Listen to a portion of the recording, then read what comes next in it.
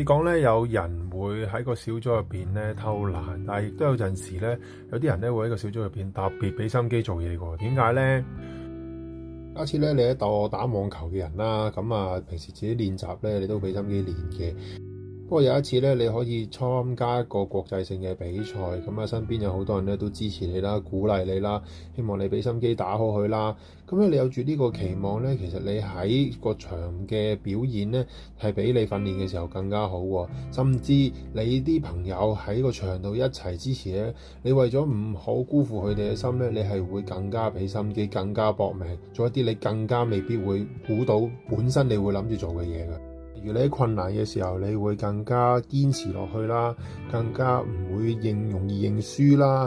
呢啲情況呢，我相信你都好容易幻想到，其實係好正常。未來有機會再講多啲啦。咁今日講住咁多先，多謝晒，拜拜。